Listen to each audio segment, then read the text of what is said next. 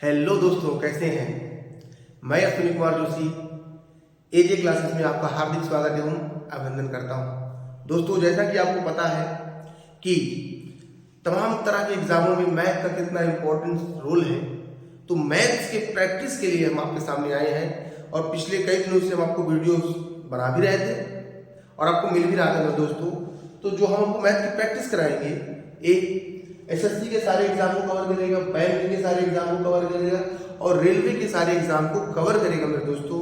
और all over state government के जितने भी एग्जाम होते हैं, सब जगह पर आपको इसका बेनिफिट मिलेगा मेरे दोस्तों। ठीक है, तो देर न करते हुए हम वन बाय वन क्वेश्चनों को लेकर आए हैं आपके सामने, उनका हम प्रैक्टिस करते हैं। आप हमारे थ्रू उनका बेस्ट अप्रोच सीखने का प्रयास करिए।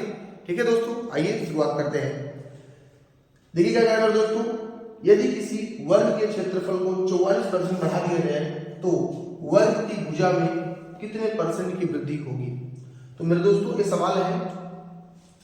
इस सवाल को हम कैसे करेंगे? सबसे पहले मेरे दोस्तों, आपको पता होना चाहिए कि वर्ग का क्षेत्रफल क्या होता है। तो आपका आंसर भी होता है भुजा का स्क्वायर। भुजा का स्क्वायर, इसको हम लोग ए स्क्वायर बोल देते हैं। तो अगर आपको भुजा निकालना है तो कहीं ना कहीं से इसका वर्गमूल करेंगे तो आप भुजा प्राप्त कर लेंगे। अगर इसका वर्गमूल निकालेंगे तो आपकी भुजा आ जाएगी मेरे दोस्तों। तो भुजा वर्गमूल निकालने से ही आएगी। अगर आप भुजा निकालना चाहते हैं तो इसका वर्गमूल निकालेंगे तो भुजा आ जाएगी।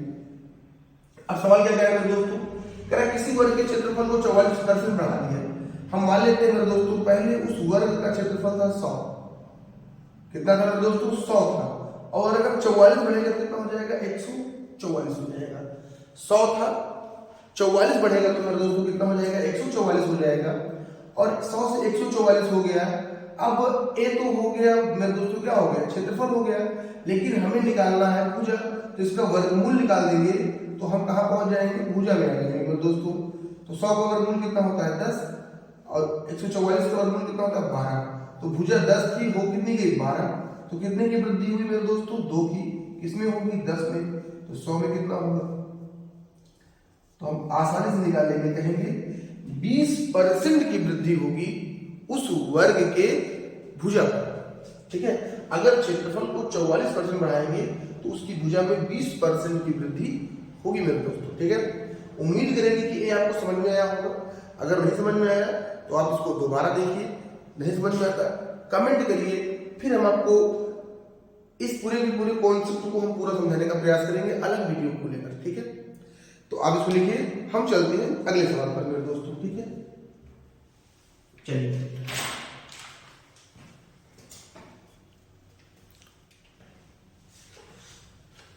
मेरे दोस्तों,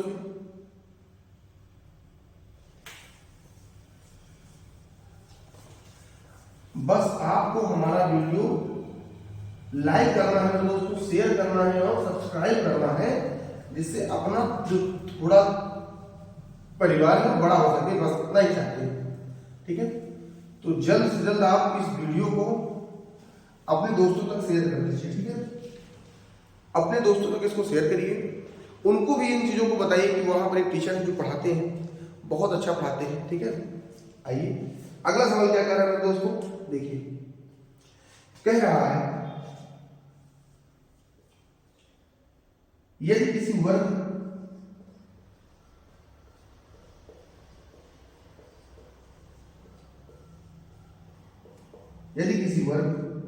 और वृत्त का क्षेत्रफल, वर्ग और वृत्त का क्षेत्रफल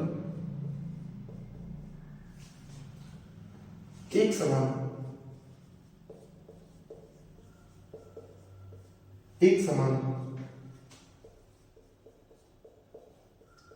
तो वर्ग की भुजा और वृत्त की त्रिज्या का अनुपात, तो वर्ग की भुजा और वृत्त की त्रिज्या का अनुपात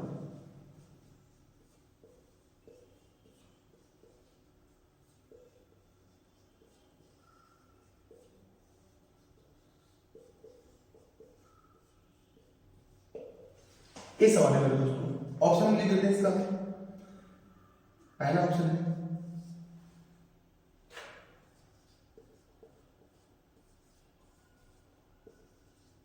दूसरा ऑप्शन है, तीसरा ऑप्शन है, चौथा ऑप्शन है,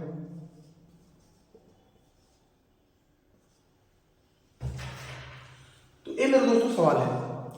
कैसे लगाएंगे, इसका बेस्ट अप्रोच क्या हो सकता है आपको हम बताएंगे, ठीक है। सबसे पहले सवाल को पढ़िए, क्या कह रहा है। कह रहा है किसी वर्ग और वृत्त का क्षेत्रफल एक समान है, ठीक है मेरे दोस्तों। तो अब डायरेक्टली करते हैं दोस्तों, क्योंकि अब टाइम हमारे पास नहीं है। तो वर्ग का क्षेत्रफल क्या होता है मेरे दोस्तों, भुजा का स्क्वायर, तो इसको हम a का स्क्वायर डाल देते हैं, वर्ग का क्षेत्रफल। और वृत्त का क्षेत्रफल होता है मेरे दोस्तों पाई आर स्क्वायर। ये दोनों कह रहा है कि बराबर है, तो ये भुजा वर्ग का क्षेत्रफल हो गया और ये वृत्त का क्षेत्रफल हो गया। अब हमसे उनकी वर्ग की भुजा और त्रिज्या का अनुपात पूछ रहा है मेरे दोस्तों। तो वर्ग की भुजा मतलब पहले वर्ग की भुजा ऊपर रहेगा, तो आप इसको निकालेंगे मेरे दोस्तों। कैसे निकालेंगे, देखिए इसको लिख सकते हैं a स्क्वायर बटे आर स्क्वायर लिख सकते हैं, नीचे लाएंगे और पाई का मान कितना होता है 22/7 होता है। अब यहीं से देखते हैं हमें पता चल रहा है उत्तर यही होगा मेरे दोस्तों, चौथा वाला ही ऑप्शन होगा। लेकिन कैसे होगा आइए इसको समझते हैं। तो इस चीज को हम लिख सकते हैं a बटे आर का होल स्क्वायर, और जैसे ही ये स्क्वायर इधर आएगा तो ये रूट में बन जाएगा। अगर हमें a अनुपात r निकालना है दोस्तों, तो √22 अनुपात √7 हो जाएगा। क्योंकि अगर कोई चीज इसकी प्रॉपर्टी होती है, अगर √a बटे √b लिखा है तो इसको पूरे के √a बटे b हम लिख सकते हैं, ठीक है। इस प्रॉपर्टी से करने की प्रॉपर्टी है, इसको हम इस तरह से लिख सकते हैं, कोई प्रॉब्लम नहीं है। तो हमारा उत्तर ए हो जाएगा, ठीक है। समझ में आ रहा है ना आपको। बस आपको वीडियो को लाइक शेयर और सब्सक्राइब करना है मेरे दोस्तों, ठीक है। और कमेंट एक देकर जाइए, आपके लिए हम लगातार प्रयास कर रहे हैं, लगातार प्रयास करते भी रहेंगे, ठीक है। आप इसको लिखिए, फिर हम अगले शुरू करते हैं। चलिए रेस्ट करते हैं दोस्तों, अगले सवाल पर चलते हैं।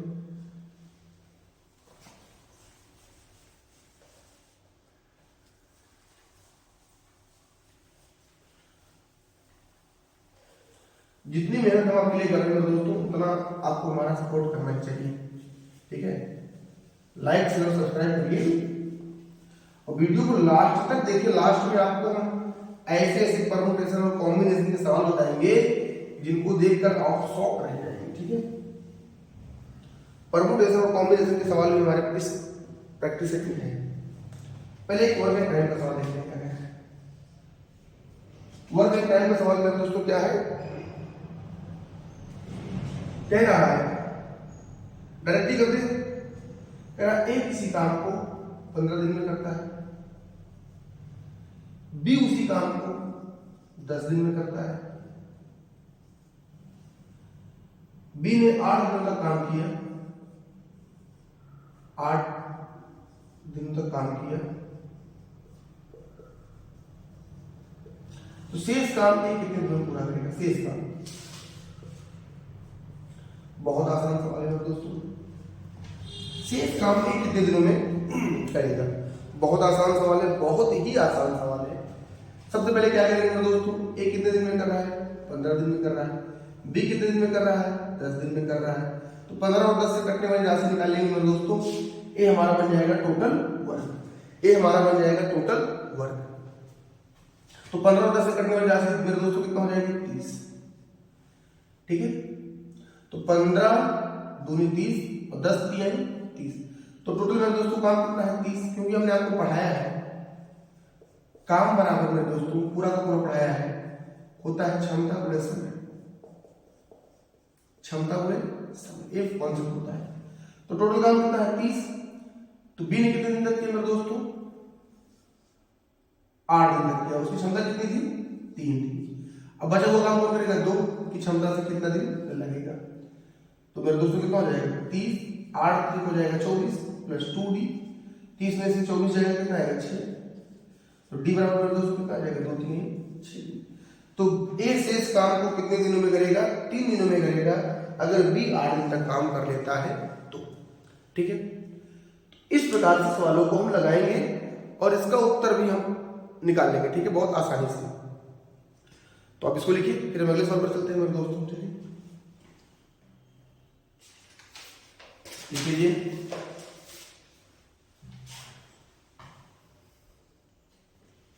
चलिए सारे कॉन्सेप्ट हमने बता दिए हैं आपको, बस आपको चैनल को लाइक से सब्सक्राइब करना है मेरे दोस्तों, ठीक है। थोड़ा सपोर्ट करिए, हमारा टाइम कुछ बढ़े, वॉच आवर सब्सक्राइबर, हम भी थोड़ा अर्न करें आपके थ्रू, फ्री में पढ़ा रहे हैं आपको, तो आपको थोड़ा हमारा सपोर्ट करना चाहिए मेरे दोस्तों, ठीक है। आपको कुछ नहीं करना है, केवल वीडियो को लास्ट तक देखना है, लाइक शेयर और सब्सक्राइब करना है। कह रहा है एक समान हाँ एक सवाल है, एक सम चतुर्भुज, एक सम चतुर्भुज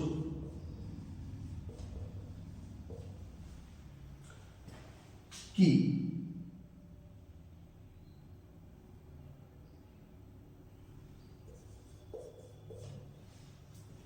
लंबाई और चौड़ाई में 30% तथा 25% की वृद्धि की गई।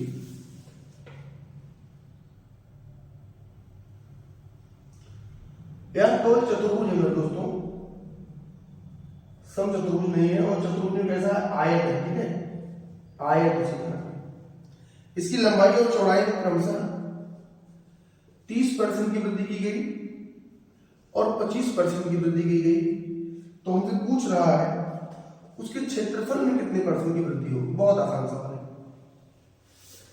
और इसको हम बहुत आसानी से लगा भी सकते हैं मेरे दोस्तों। अब चतुर्भुज कैसा है, आयत, तो आयत का क्षेत्रफल क्या होता है, L इंटू बी, लंबाई गुणा चौड़ाई। तो अगर परसेंटेज वृद्धि पर वृद्धि होता है तो इसके लिए डायरेक्टली फार्मूला होता है मेरे दोस्तों। फार्मूला क्या होता है, x plus y plus minus लिखते हैं यहाँ पर x वाई बटा सौ। सक्सेस की वृद्धि के लिए फार्मूला होता है हमारा, ठीक है। तो कितना हो रहा है, 30, वृद्धि हो रही है प्लस 25 प्लस 30 गुणे 25 बटा 100। 30 और 25 कितना हो जाएगा मेरे दोस्तों, 55। 0 0 कट जाएगा, 5 और 10 10 0 कट, 25 के 75, 7.5 हो जाएगा।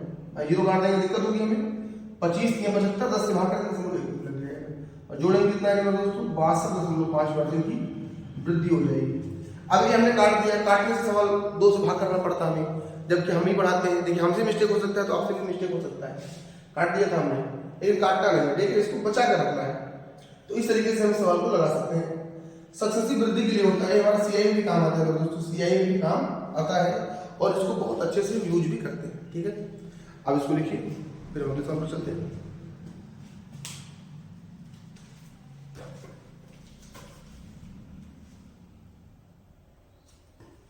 चलिए मेरा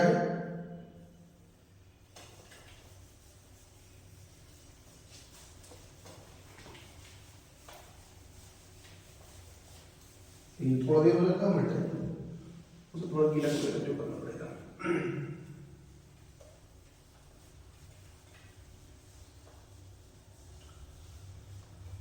दोस्तों लाइक शेयर और सब्सक्राइब करना बिल्कुल मत भूलिए।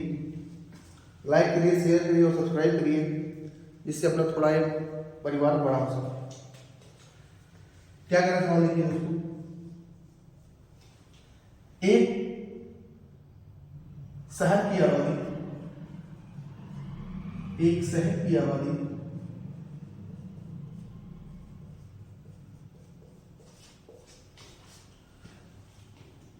4000 है।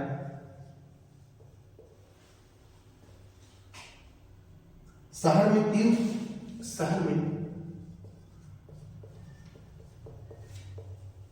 3000 व्यक्ति अंडा खाते हैं।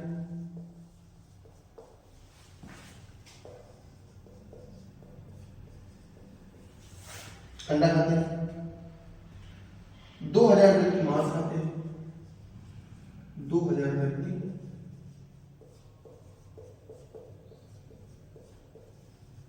मांस खाते हैं। 1500 व्यक्ति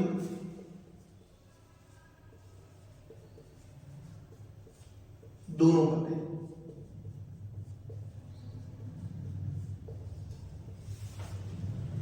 इसमें से कितने व्यक्ति शाकाहारी?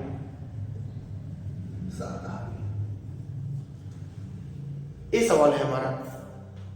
ये सवाल एग्जाम में आता है, और अगर आपको कॉन्सेप्ट नहीं पता है तो आप इसको कैसे लगाएं आप समझ ही नहीं पाएंगे मेरे दोस्तों। तो कभी भी अगर इस तरह का सवाल आए तो पहले सवाल को पढ़ो। कह रहा शहर की आबादी 4000 टोटल है, इतने लोग व्यक्ति अंडा खाते हैं, इतने लोग मांस खाते हैं, कितने लोग शाकाहारी हैं। तो अगर बीच का दे दे या टोटल दे दे तो इस तरह के सवाल अगर आप नहीं लगाए, नहीं पढ़े पहले, तो आपके लिए लगाना थोड़ा मुश्किल हो जाएगा, टफ हो जाएगा। इस तरह के सवालों को हम लोग मेरे दोस्तों वेन डायग्राम से लगाते हैं। किससे लगाते हैं? वेन डायग्राम से लगाते हैं, और इसको बहुत आसानी से वेन डायग्राम से लगा सकते हैं। ठीक है, अब 4000 टोटल लोग हैं मेरे दोस्तों। इसमें कह रहा है कि 3000 व्यक्ति अंडा खाते हैं। तो अंडा खाने वाले मेरे दोस्तों कितना हो गए? अंडा खाने वाले होंगे मेरे पास 3000। इसी में से मेरे दोस्तों क्या कह रहा है? 2000 व्यक्ति मांस खाते हैं। तो इसको हमने अंडा माना है, इसको मान लेते हैं मांस। तो मेरे दोस्तों 2000 लोग मांस खाते हैं और 1500 व्यक्ति दोनों खाते हैं। तो इसमें बोथ एक 1500 हो जाएगा मेरे दोस्तों, यहाँ बीच में दोनों लोग आ जाएंगे। अब ध्यान से समझना, एक पूरा जो है अंडा खाने वाले हैं 3000 और 1500 दोनों खाते हैं। तो केवल ओनली अंडा कौन खाता है? ओनली एक कौन खाता है? ओनली कितना खाएंगे मेरे दोस्तों? 1500 लोग केवल एक खाएंगे, अंडा खाएंगे। और मटन कितने लोग खाएंगे मेरे दोस्तों? Only mutton. समझ लीजिए, 2000 लोग मांस खाते हैं, उसमें से 1500 तो 500 लोग केवल मटन खाएंगे। अब इतने लोग अंडा खाते हैं, इतने लोग दोनों खाते हैं, इतने लोग ये खाते हैं। तो सबको अगर हम जोड़ लेंगे मेरे दोस्तों तो अंडा खाने वाले आ जाएंगे, मांस खाने वाले आ जाएंगे और दोनों लोग आ जाएंगे। तो 15 15 30 और 5 कितना हो जाएगा? 3500। तो 3500 लोग हैं जो अंडा भी खाते हैं और मांस भी खाते हैं। तो 3500 लोग जो दोनों खाते हैं मेरे दोस्तों, तो टोटल लोग कितने हैं? 4000। तो अगर 3500 लोग दोनों खाते हैं तो मेरे दोस्तों 500 लोग ऐसे होंगे जो शुद्ध शाकाहारी होंगे, वो ना तो मांस खाएंगे ना ही अंडा खाएंगे। तो इस तरीके से इस सवाल को हम बहुत आसानी से बना सकते हैं। और इसको अगर हम लगाने का प्रयास करेंगे और रिएक्शन वगैरह मानेंगे तो टाइम लग सकता है, हो सकता है आए ही ना। ठीक है, अगर आप वेन डायग्राम कॉन्सेप्ट पता है तो आप इसको बहुत इजीली लगा सकते हैं। ठीक है, अब इसको आप लिखिए, फिर हम अगले सवाल पूछ सकते हैं।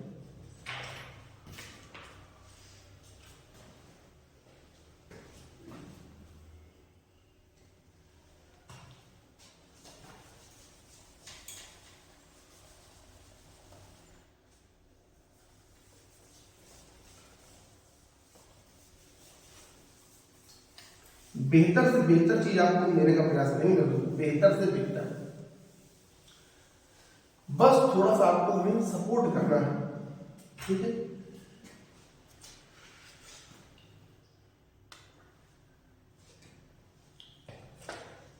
देखिए मेरे दोस्तों अगला सवाल क्या कह रहा है?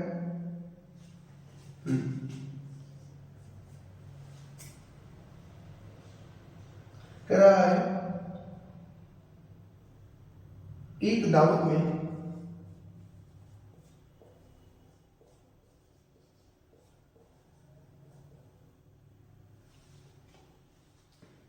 कुल 36 बार हाथ मिलाप होते हैं।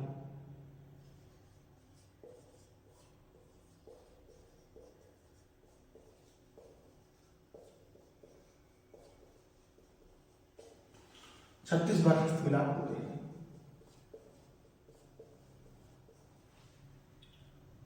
कितने मेहमान पढ़ते हैं?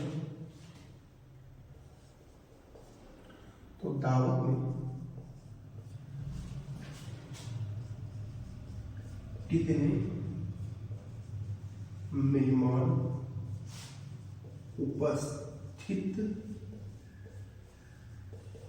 थे? तो अगर दोस्त ये सवाल आ गया इस तरह का, तो अगर आपको फार्मूला नहीं पता है, परमुटेशन एंड कॉम्बिनेशन का रूल नहीं पता है, तो आप इस सवाल को लगा ही नहीं पाएंगे मेरे दोस्तों। ठीक है, तो इस तरह का सवाल दो तरीके से लगता है। एक डायरेक्टली ट्रिक लग जाता है, फार्मूला बेस्ड होता है। तो डायरेक्टली आपको हम ट्रिक बताएंगे वो फार्मूला वाला। ठीक है, और इस कॉन्सेप्ट पर दो सवाल बनते हैं। एक तो दावत हाथ मिलाप का होता है, एक होता है उपहार देने का। एक होता है उपहार देने का। तो दोनों फार्मूले हम लिख देते हैं। तो कुल हाथ मिलानों की कुल हस्त मिलान का फार्मूला होता है दोस्तों n(n-1/2) और कुल हस्त मिलाप हो गया। कुल उपहारों की संख्या का फार्मूला होता है n(n-1). ये दो फार्मूले में दोस्तों इनको आपको रट लेना है। अगर आप इसको रटे रहेंगे तो इसमें के सवाल आपको देखने को बहुत ही बेहतर तरीके से मिलेंगे, और अगर आपको पता है तो आप बहुत ही आसानी से सवाल को लगा लेंगे। तो कुल हाथ मिलाने का है n(n-1/2) और उपहारों की संख्या के लिए होता है n(n-1). डिफरेंस थोड़ा सा होता है n(n-1) का। याद कराने के लिए याद भी करा सकते हैं। हाथ मिलाते हैं कितने लोग? 2 लोग। हाथ कितने लोग मिलाते हैं? 2, तो बटे में 2 आएगा। ऐसे हमने भी याद किया है। तो इस फार्मूले को डायरेक्टली यहाँ पर हम कितनी बार हाथ मिलाएंगे? 36। तो 36 दूना मेरे दोस्तों कितना हो जाएगा? 72। तो n(n-1) कितना हो जाएगा? 2, 72 हो जाएगा। अब 72 को भाई या तो इसको तोड़ देंगे, उसको भी लगाने के 2 तरीके। इसको हम 2 तरीके से लगा सकते हैं, या तो बना लो क्वाड्रेटिक इक्वेशन, या तो दिमाग लगा लो थोड़ा। क्वाड्रेटिक इक्वेशन बनाओगे तभी आ जाएगा, तभी बता देंगे आपको, और दिमाग लगा लोगे तो जल्दी से आ जाएगा। ऑप्शन तो नहीं लिखा है हमने, क्योंकि ऑप्शन इसके हैं क्या क्या है दोस्तों? 7, 8, 9, 10। जरूरी क्योंकि 10 तो सही नहीं है। अब देखो n का मान है 7 रखेंगे, 7 में से 1 गया कितना आएगा? 8, और 6 7 6 कितना हो जाएगा? 42। तो यहाँ तो 72 है, तो नहीं होगा ये। फिर 8 रखेंगे, 8 में से 1 जाएगा 7 आएगा, 7 8 56, यहाँ 72 नहीं होगा। 9 रखेंगे, 9 में से 1 गया 8, 9 8 72 यहाँ मिल रहा है, तो हमारा उत्तर कितना हो जाएगा? डायरेक्टली 9 हो जाएगा। ठीक है, 9 हमारा सीधे सीधे सवाल का उत्तर हो जाएगा, और इसको हम बहुत आसानी से लगा भी लेंगे। ठीक है, तो अब इसको लिखिए और इसको रख लीजिएगा। इस तरह के सवाल को हम ऐसे लगाते हैं, फिर हम आगे मिलते हैं। चलिए इरेज कर दें।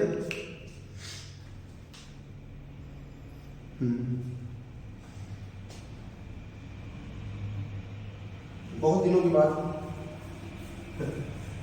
दोस्तों अपना सपोर्ट बनाए रहिए हमारे साथ। आपको हम प्रयास करेंगे डेली एक वीडियो दें, लेकिन आप थोड़ा हमारा सपोर्ट नहीं करते तो हमारा मनोबल टूट जाता है। थोड़ा कोऑपरेटिव रहिए, हमें सपोर्ट करिए, आपके लिए हम तत्पर रहेंगे दोस्तों। बस आप हमारा सपोर्ट करिए। कैसे करिए? लाइक, वीडियो को लाइक करिए, शेयर करिए, सब्सक्राइब करिए। ठीक है, और वीडियो को लास्ट तक देखिए, आपको बेहतर से बेहतर कॉन्सेप्ट देने का प्रयास करेंगे। चलिए क्या करें? देखिए 20 हरा लिया है, 20 हरा है और 15 लाल है। एक बर्तन में डाले जाते हैं।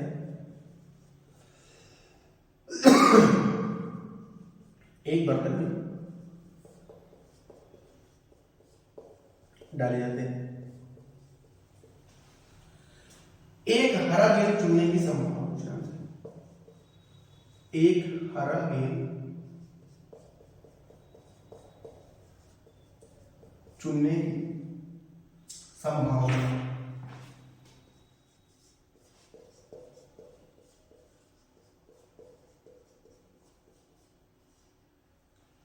अब ये दोस्तों बहुत छोटा सवाल है, लेकिन ये सवाल है संभावना बोल देती है, मतलब इसका है प्रोबेबिलिटी का, प्रोबेबिलिटी का, प्रोबेबिलिटी का सवाल है। और अगर प्रोबेबिलिटी आप लगाना चाहते हैं तो आपको कुछ बातें बहुत ही जरूरी है पता हो। तो प्रोबेबिलिटी का सवाल है, तो प्रोबेबिलिटी के सवाल में आपको सबसे पहले पीछे में दोस्तों कम से कम 2 चीज आना चाहिए। एक परम्यूटेशन और एक कॉम्बिनेशन। क्या कॉम्बिनेशन आपको आना ही चाहिए मेरे दोस्तों। कुछ फार्मूलेज भी है वो भी आपको आने ही चाहिए। ठीक है, अब अच्छा बताइए प्रोबेबिलिटी बराबर होता क्या है? आपको पता होना चाहिए नंबर ऑफ इवेंट बराबर number of sample space. Number of event बराबर होता है नंबर ऑफ सैंपल स्पेस। अब नंबर ऑफ इवेंट क्या होता है दोस्तों? नंबर ऑफ सैंपल स्पेस क्या होता है? इस पर भी हम थोड़ी चर्चा कर देते हैं। नंबर ऑफ इवेंट मतलब होता है होने की संभावना, मतलब कोई भी काम आप कितनी तरीके से कर सकते हैं, कितनी बार कर सकते हैं, उसको कहते हैं नंबर ऑफ इवेंट। आपको हमने कहा 10 लोग हैं तो आप 2-2 को बिठाना कितनी तरीके से बिठा सकते हैं, ये होता है। और नंबर ऑफ सैंपल स्पेस का मतलब होता है कुल टोटल कितनी संभावनाएं बन रही हैं। और जब हम टोटल संभावनाओं में से भाग कर देते हैं तो हमारा प्रोबेबिलिटी निकल के आ जाता है मेरे दोस्तों, ठीक है। अब यहाँ देखिए नंबर ऑफ इवेंट बराबर होता है number of sample is base, तो टोटल, तो अब इसमें तो देखिए मेरे दोस्तों अगर हम प्रोबेबिलिटी का फार्मूला लगाएंगे तो हमारे पास कितनी गेंदें हैं, 20 हरी गेंदें हैं और 15 लाल गेंदें हैं, तो टोटल हमारे पास कुल कितनी गेंदें हो जाएंगी मेरे दोस्तों, तो हो जाएंगी 35 गेंदें। तो 35 गेंदें हमारे पास टोटल है और उसमें से हमें निकालना है केवल एक हरी गेंद निकालना, एक हरी गेंद निकालना है। तो अगर हम ऊपर एक लिख देंगे तो गलत हो जाएगा, क्योंकि हमारे पास 20 हरी गेंदें हैं तो हम 20 तरीके से निकाल सकते हैं गेंद को। अगर हमारे पास 20 गेंद है तो हम 20 तरीके से गेंद को निकाल सकते हैं। तो अगर हम फार्मूला लगाते हैं, यहाँ पर फार्मूला लगाएंगे दूसरे कॉम्बिनेशन का, नहीं तो फार्मूला यहाँ बगल में 20C1 ऐसे करके लगा सकते हैं तो वही आएगा। तो 20 हरी गेंद है तो 20 तरीके से निकाल सकते हैं। तो काट लेंगे 5 जो के 20, तो 5 से 35, तो हमारा उत्तर कितना हो जाएगा 4/7। 5 जो के 20 5, तो हमारा होता है ए होता है, ठीक है। जो प्रोबेबिलिटी होता है वो हमेशा 1 से कम ही होता है, 1 से संभावना हमेशा 1 से कम होती है और 0 से बड़ी होती है। मतलब प्रोबेबिलिटी जो होती है हमेशा इससे बड़ी और इससे छोटी ही होती है। इस चीज को दिमाग में आपको रखना है, ठीक है। तो इस तरह से सवाल को लगा लेंगे। आइए एक सवाल और देखते हैं, इसमें की सवाल है क्योंकि इसमें कई सारे चीजें बनती है संभावना पर, संभावना के 2-3 सवाल हम कर लेंगे।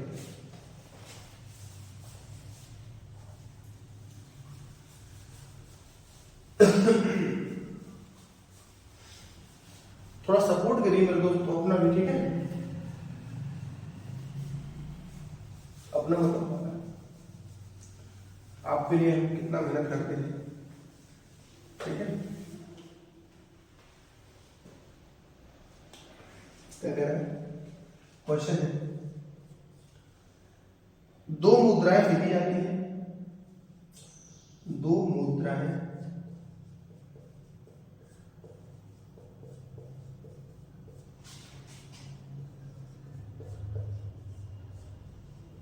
फेंकी जाती हैं, तब 2 सिर पानी की संभावना, तब 2 सिर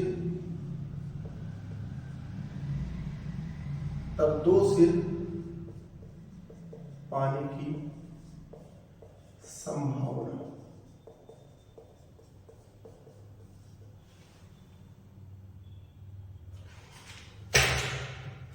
दो सिर पानी की संभावना।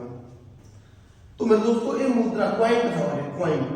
तो आपको दोस्तों यहाँ पर कुछ कॉन्सेप्ट पता होने चाहिए। देखिए अगर सवाल आ गया प्रोबेबिलिटी का है, तो अगर आपको कुछ कॉन्सेप्ट नहीं पता तो उसको लगा ही नहीं पाएंगे, क्योंकि अगर कोई सिक्का होता है, क्वाइन होता है दोस्तों, तो उसमें 2 चीज होता है, या ऊपर होता है नीचे होता है टेल। एक सिक्का है तो ऊपर होगा हेड, नीचे होगा टेल, ये हमेशा फिक्स चीज है, ठीक है। और प्रोबेबिलिटी बराबर क्या होता है मैंने बताया, नंबर ऑफ इवेंट बटे नंबर ऑफ सैंपल स्पेस होता है, ठीक है। अब यहाँ पर नंबर ऑफ हम सब निकाल लेंगे, 2 मुद्राएं फेंकेंगे तो या तो हेड आएगा या तो टेल आएगा, ठीक है। 2 मुद्रा होती है, हमारा मतलब है टोटल देते हैं 2 है, तो उसमें भी या तो एक सिक्का होगा तो हेड आएगा दूसरा टेल आएगा, ठीक है। अगर मान लीजिए एक बार देखते हैं तो हेड आएगा तो हो सकता है दूसरे में टेल आएगा, ठीक है। फिर हो सकता है टेल हेड आ जाए, हो सकता है कि टेल आ जाए, 2 सिक्का फेंकेंगे तो हो सकता है पहले में टेल आए दूसरे में हेड आ जाए, ठीक है। अगर 2 सिक्का फेंकेंगे तो ऐसी हमारे पास संभावना बनकर आएंगे। पहले सिक्के में हो सकता है हेड आए दूसरे में टेल आए, क्योंकि आएगा तो एक या तो हेड या तो टेल आएगा, फिक्स है। लेकिन अगर 2 सिक्का हमारे पास है, 3 का बना सकते हैं, पहले में हेड आएगा दूसरे में टेल आएगा, हो सकता है पहले में हेड दूसरे में हेड आ जाए, पहले में टेल दूसरे में टेल आ जाए, पहले में टेल दूसरे में हेड आ जाए। तो अब मेरे दोस्तों यहाँ पर संभावना है 2 सिर है, 2 मतलब हेड है, तो 2 हेड आने की कितनी संभावना है, केवल 1 है, केवल 1। और कुल कितने में से, तो टोटल 4 में से, तो ये हमारा क्या हो जाएगा, आंसर हो जाएगा। तो इस तरीके के सवाल को हम इस तरीके से लगा सकते हैं, ठीक है। बहुत ही आसान होता है प्रोबेबिलिटी मेरे दोस्तों, लेकिन कॉन्सेप्ट आपको पता होना चाहिए। अगर कॉन्सेप्ट नहीं पता तो सवाल लगाने में बहुत दिक्कत होती है, ठीक है। तो आइए देखते हैं कुछ और सवालों को शुरू करते हैं।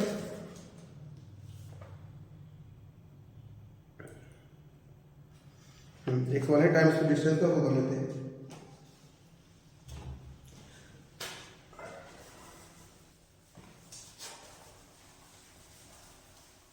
लेकिन छोटे छोटे सवाल हैं, अगर आता है तो आप लगा लेंगे, नहीं आता तो नहीं लगा पाएंगे आप। और बहुत जल्द मेरे दोस्तों की बार बोर्ड एग्जाम में हम आपकी 9, 10, 11, 12 की तैयारी कराएंगे मैथ्स को लेकर, ठीक है। सुपर सिलेक्टेड 5 क्वेश्चन लेकर आएंगे पर डे, एक्सपेक्टेड क्वेश्चन, ठीक है। ऑब्जेक्टिव भी होगा, सब्जेक्टिव भी होगा। आपके लिए मैथ का भी हम आपको प्रैक्टिस से डेली देने का प्रयास करेंगे, ठीक है दोस्तों। 9, 10 कम बोर्ड एग्जाम में, बोर्ड एग्जाम क्या आपको हम 10 और 12 का मैथ का पूरा हम प्रैक्टिस सेटअप की बार देने का काम करेंगे, ठीक है मेरे दोस्तों। मोस्ट एक्सपेक्टेड क्वेश्चन को लेकर आएंगे। 2 ट्रेन चंडीगढ़ के लिए दिल्ली से, 2 ट्रेन चंडीगढ़ से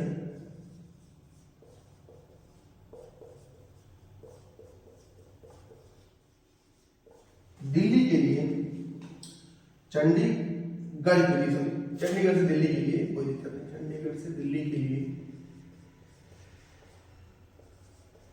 शाम 6 बजे और 6:30 बजे निकलती है। शाम 6 बजे और 6:30 बजे निकलती है। उनकी चाल कौन सा,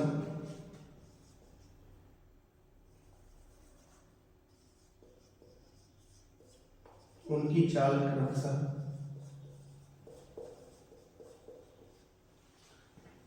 60 किलोमीटर प्रति घंटा और 75 किलोमीटर प्रति घंटा है। 60 किलोमीटर प्रति घंटा और 75 किलोमीटर प्रति घंटा है।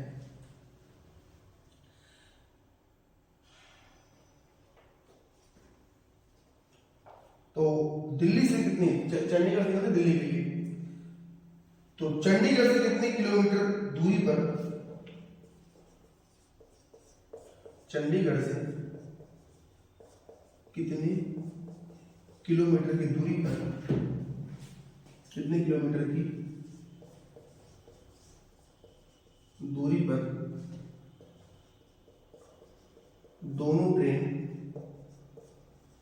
आपस में मिलेंगी।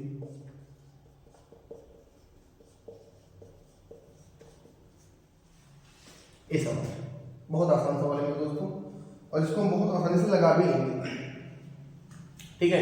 सबसे पहले सवाल को पढ़ते हैं। बहुत आसान सवाल होता है। सवाल को सबसे पहले आपको सवाल पढ़ना ही चाहिए। 2 ट्रेन चंडीगढ़ से दिल्ली के लिए निकलती है, मतलब चंडीगढ़ से दिल्ली के लिए 2 ट्रेन निकलती है। एक ट्रेन ए है और एक ट्रेन ए, मान लेते हैं, नाम दे देते हैं, एक ट्रेन ए और एक ट्रेन का नाम है बी। कितने की दिल्ली निकलती है दोस्तों, एक निकलती है शाम 6 बजे और दूसरी निकलती है 6:30 बजे, ठीक। अब मेरे दोस्तों स्पीड भी दे रखा है, एक की स्पीड है 60 किलोमीटर प्रति घंटा, क्या लिखते हैं, और एक की स्पीड है 75 किलोमीटर प्रति घंटा, ठीक है। अब सवाल कह रहा है कि निकलती है मेरे दोस्तों, और चंडीगढ़ से कितनी दूर पर, मतलब चंडीगढ़ से निकलेंगे दिल्ली तक पहुंचने वाली है, बीच में कहीं ना कहीं मिलेगी तो जरूर, क्योंकि इसकी चाल ज्यादा है, इसको ओवरटेक करके आगे निकल जाएगी, ठीक है। अब मान लेते हैं ट्रेन यहां से 6 बजे चलती है और ये 6:30 बजे चलेगी, तो ये 6:30 बजे तक कुछ ना कुछ दूरी तो तय कर लेगी। जब ये ट्रेन छूटेगी तब ये ट्रेन मान लेते हैं यहाँ पहुंच जाएगी, तो यहाँ पर टाइम हो रहा होगा 6:30 का, यहाँ पर टाइम कितने का हो रहा होगा 6:30 का। जब ये ट्रेन यहाँ पहुंचेगी ए वाली ट्रेन, तब बी ट्रेन यहाँ से छूटेगी। कॉन्सेप्ट समझिए भाई, 6 बजे छूटेगी तो कुछ ना कुछ दूर चलेगी ही ना, क्योंकि 6:30 बजे छूट रही है, मतलब आधे घंटे तक ये चलेगी। आधे घंटे तक चलेगी तो 1 घंटे में जाती है 60 किलोमीटर, तो आधे घंटे में कितना जाएगा दोस्तों, 30 किलोमीटर जाएगी। आधे घंटे में 30 किलोमीटर आगे निकल गई है कौन ट्रेन, ए ट्रेन, किससे, बी से। अब जब यहाँ पहुंचेगी ए, तो दोनों एक ही दिशा में जाएंगे। तो यहाँ दूसरा कॉन्सेप्ट लगेगा कि अगर 2 ट्रेन है या 2 व्यक्ति अगर एक ही दिशा में जाते हैं तो चाल हमेशा मेरे दोस्तों क्या होता है, विपरीत दिशा में जाएंगे, चालें जुड़ जाती हैं, और एक दिशा में जाते हैं तो चालें क्या होती है, माइनस हो जाती है, घट जाती है। अगर ये विपरीत होता तो चाल मेरे दोस्तों क्या होता, चाल हमेशा जुड़ जाता, तो एक ही दिशा में जाने चाल हट जाएगी। तो हमें दोस्तों यहाँ दूरी पता है, चाल पता है, तो हम समय निकालेंगे। तो जो समय यहाँ टाइम का गैप रहेगा वही टाइम आगे भी रहेगा, ये एज्यूम कर लेंगे। तो मेरे दोस्तों यहाँ से हम समय निकालेंगे, तो समय बराबर मेरे दोस्तों क्या होता है, दूरी बटा चाल। तो दूरी बटा चाल होता है मेरे दोस्तों, दूरी कितनी है 30 किलोमीटर की, और चाल कितना है घट जाएगा 15 आ जाएगा। तो 15 दूनी 30 मतलब 2 घंटे का एक टाइम लेकर चलेंगे, मतलब 2 घंटे का गैप हमेशा मेंटेन करके चलेंगे। तो अब अगर ये ट्रेन यहाँ पहुंच गई मेरे दोस्तों, ये ट्रेन छूटेगी तो कहीं ना कहीं से कब पकड़ेगी, 75 की स्पीड से जाएगी तो 2 घंटे बाद। तो डिस्टेंस कितना हो जाएगा, स्पीड इनटू टाइम, 150 किलोमीटर काफी।